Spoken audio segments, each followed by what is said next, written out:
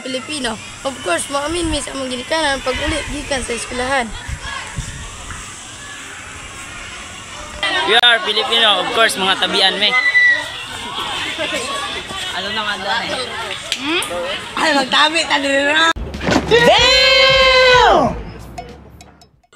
We are Filipino, of course. Isog namin sa istorya. Oh, gaya ka? Tabang mo sa papa. Sige, duwa me. Okay, bandar ka ugma. Bago ko lang nauhi mo. Yangan din na. Hindi. Kinsa ra mapiyang na to.